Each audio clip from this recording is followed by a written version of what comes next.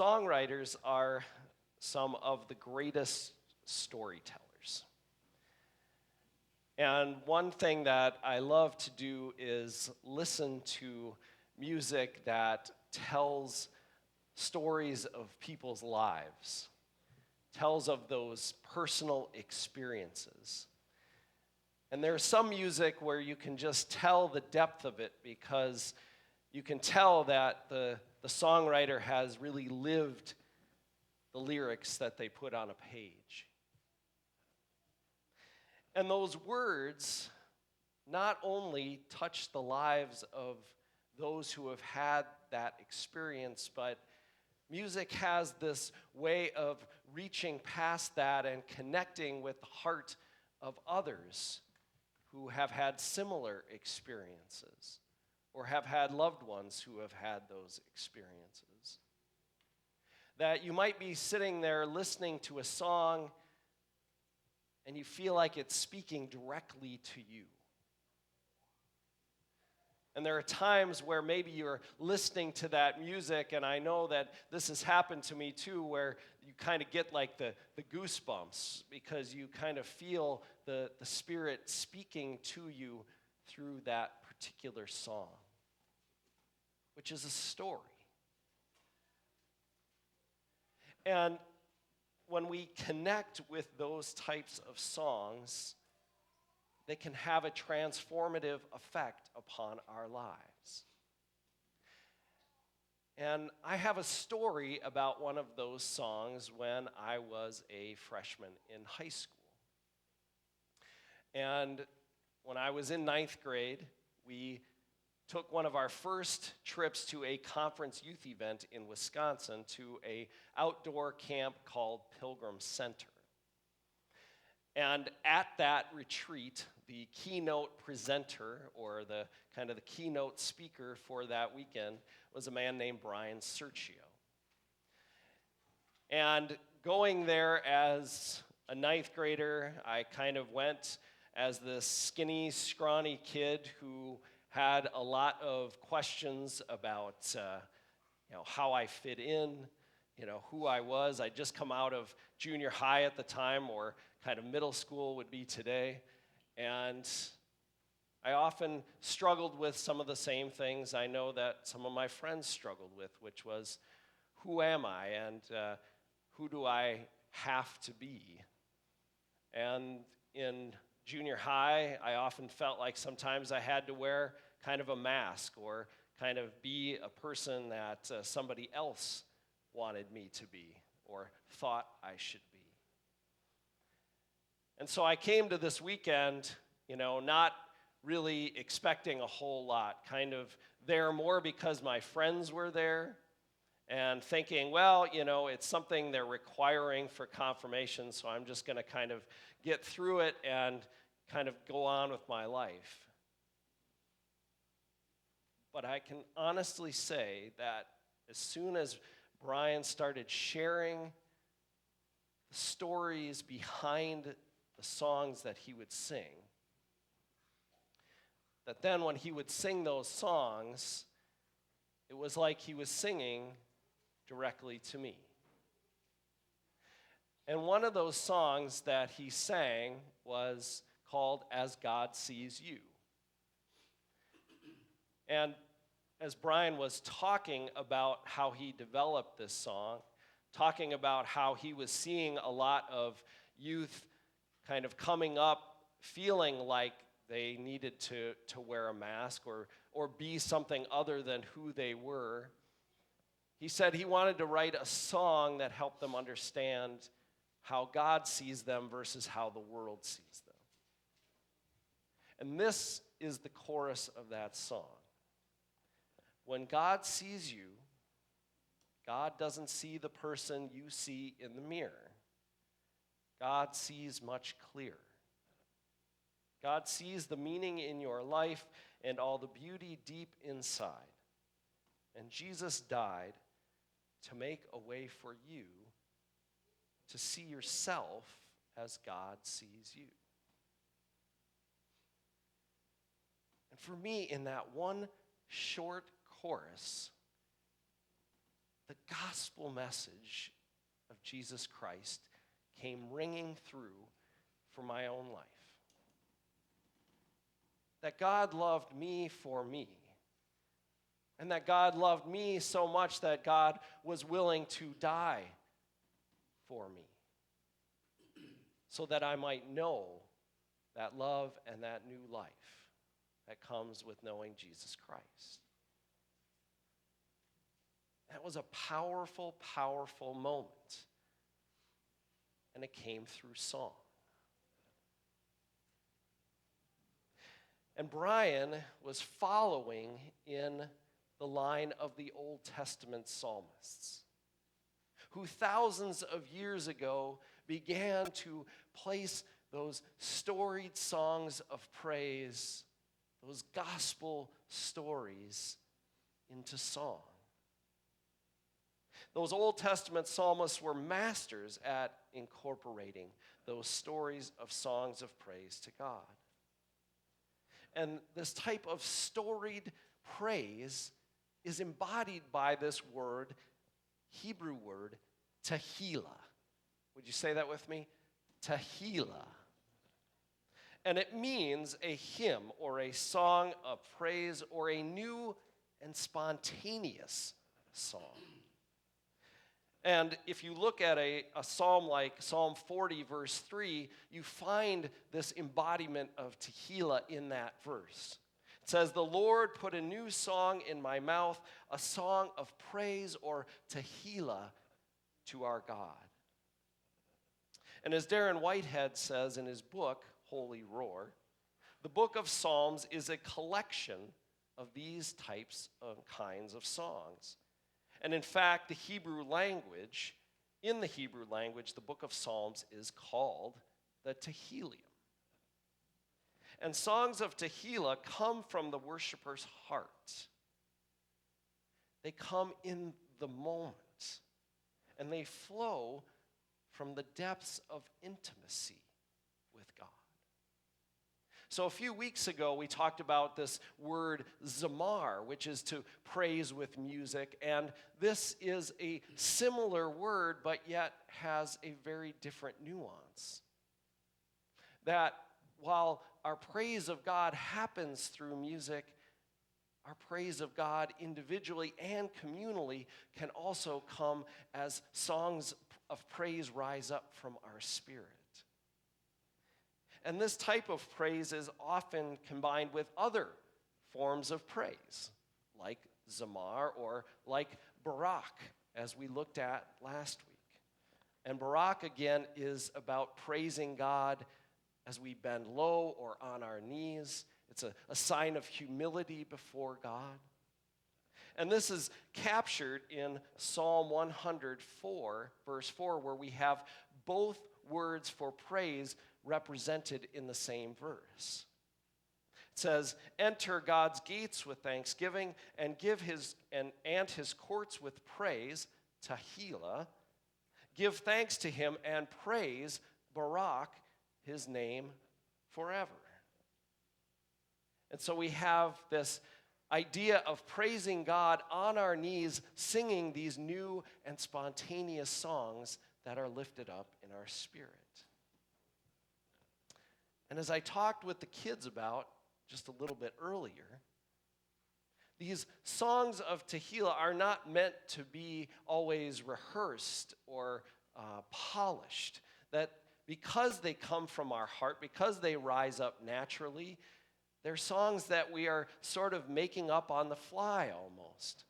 And so they may not have a dedicated tune or rhyme, but they are inspired by the Holy Spirit. And when they come from our heart, they are worthy of bringing before God. And these songs of Tehillah spring up when we begin to think about the ways that God is acting in our own story. How is God being present in your life? And what are those things that we want to give thanks to God for that kind of come bubbling up in our spirit, in our heart, and that we sing out with our praise. Well, one of the great examples that Chris Tomlin writes about in the book Holy Roar is about a song that he collaborated with a few years ago and produced and became probably one of his biggest hits of all time. And it's a song called Good, Good Father. And Chris is not the author of these lyrics. In fact, there are two men, Tony Brown and Pat Barrett, who wrote the song Good, Good Father. And when Chris heard it for the first time, it spoke so deeply to him that he wanted to take it and produce it. And so he began calling Pat and asking about this song and whether he could use it and what were the origins of the song.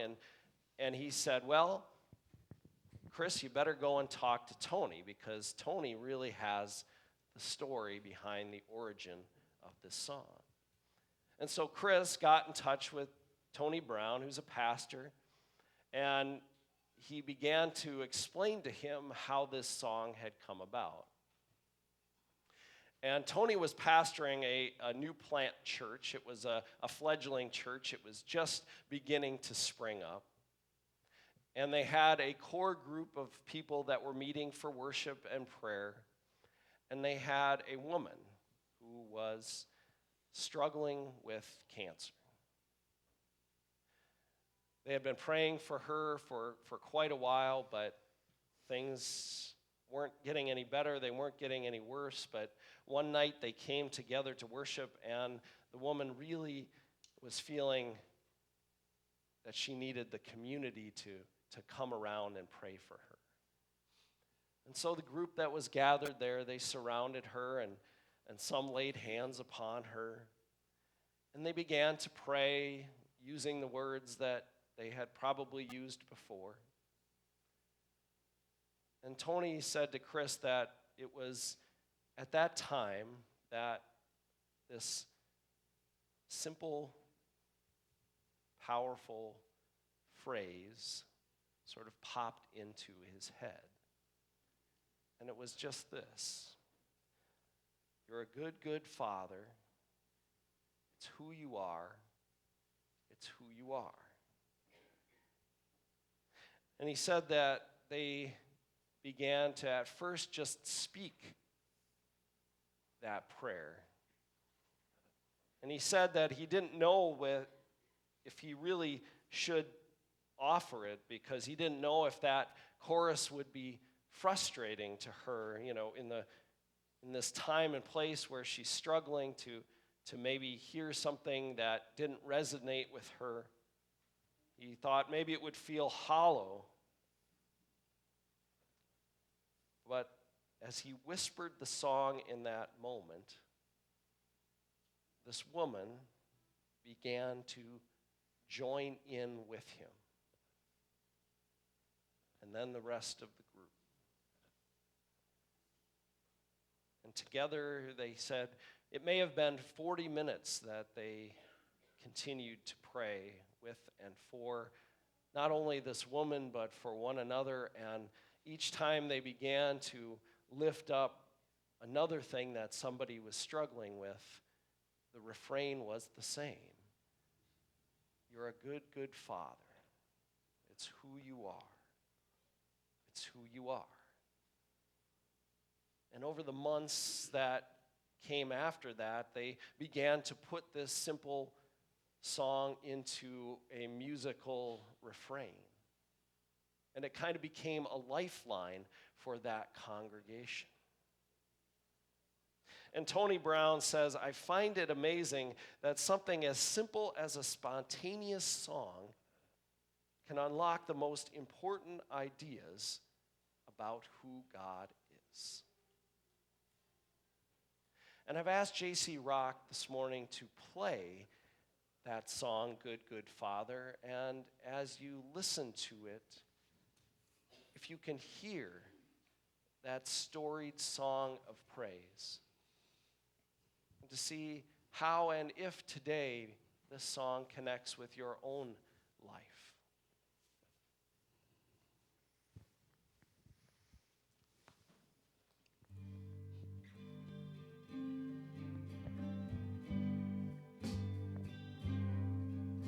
Now I've heard 1,000 stories of what they think you're like, but I've heard tender whispers of love in the dead of night, and you tell me that you're pleased and that I'm never alone. You're a good, good Father. Who you are, it's who you are, it's who you are. I'm loved by you. It's who I am, who I am, who I am. Now I've seen many searching for answers far and wide, but I know we're all searching for answers. Only you provide, but you know just what we need before we say a word. You're a good, good Father. Who you are, it's who you are, it's who you are, and I'm loved by you. It's who I am, who I am, who I am. You are perfect in all of your ways. You are perfect in all of your ways. You are perfect in all of your ways to us. You are perfect in all of your ways. You are perfect in all of your ways. You are perfect in all of your ways to us. Oh, this love so undeniable, I can hardly speak. Peace so unexplainable, I can hardly think as you call me. Deeper still as you call me. Deeper still as you call me. Deeper still into love, love, love. You're a good, good Father. Who you are, it's who you are, it's who you are, and I'm loved by you. It's who I am, who I am, who I am. You're a good, good Father. Who you are, it's who you are, it's who you are, and I'm loved by you. It's who I am, it's who I am, it's who I am.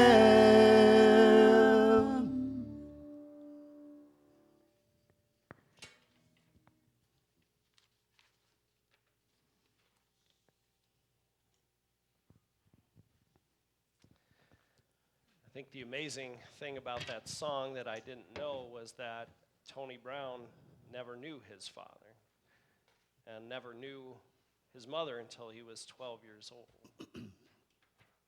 But for him, the song speaks a word of truth about our heavenly parent who cares for us, who loves us, who will always be there for us, even when and if our earthly parents let us down.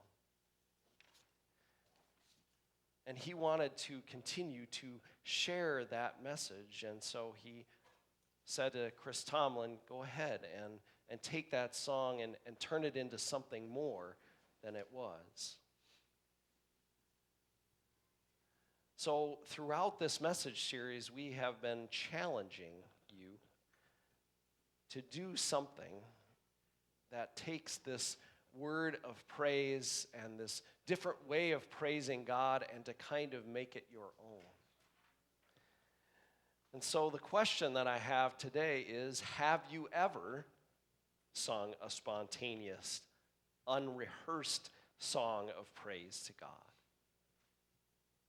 Now, I didn't expect many people to say yes, because it's not something we always naturally do.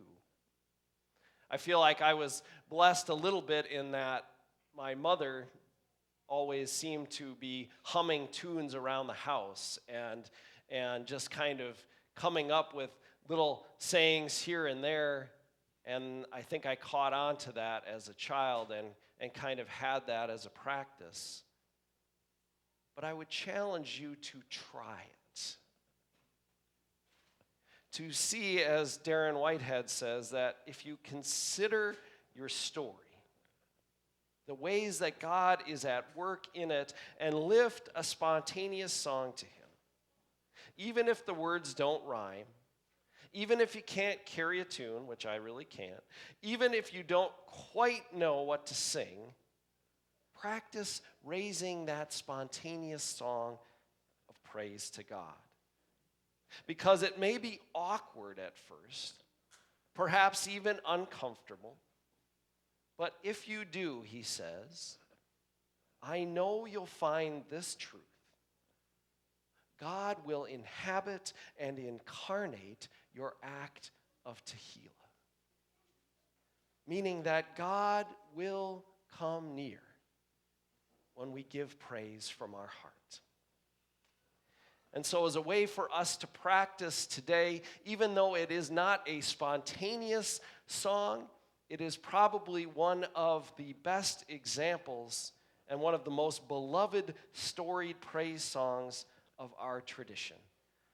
Would you stand with me as we sing, Great is Thy Faithfulness?